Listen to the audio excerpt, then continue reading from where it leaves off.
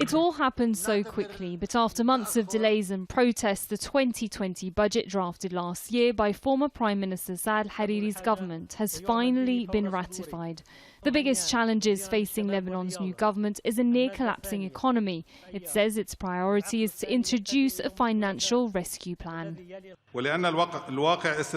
These are exceptional circumstances.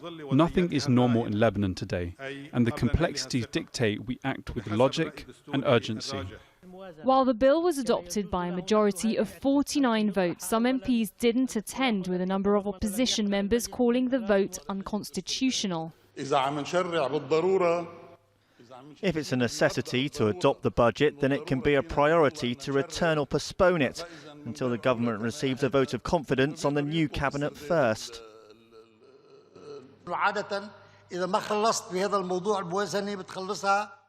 The budget usually ends at the end of January, so I insisted the vote must be held now. But this doesn't mean Parliament doesn't have the right to legislate, even if there is no government. Outside Parliament, several people were injured in protests against the vote.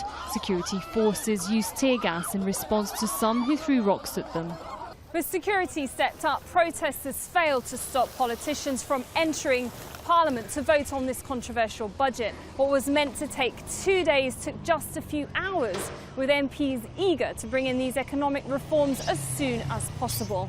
But some are calling it a sham.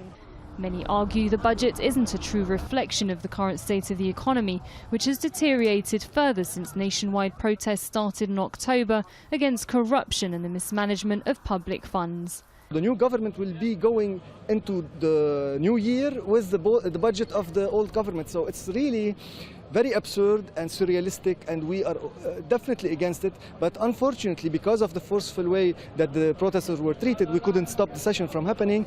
Last week, newly appointed Finance Minister Ghazi Wazni said that $4 to $5 billion of foreign loans are urgently needed to buy basics such as wheat, medicine and fuel for the coming year.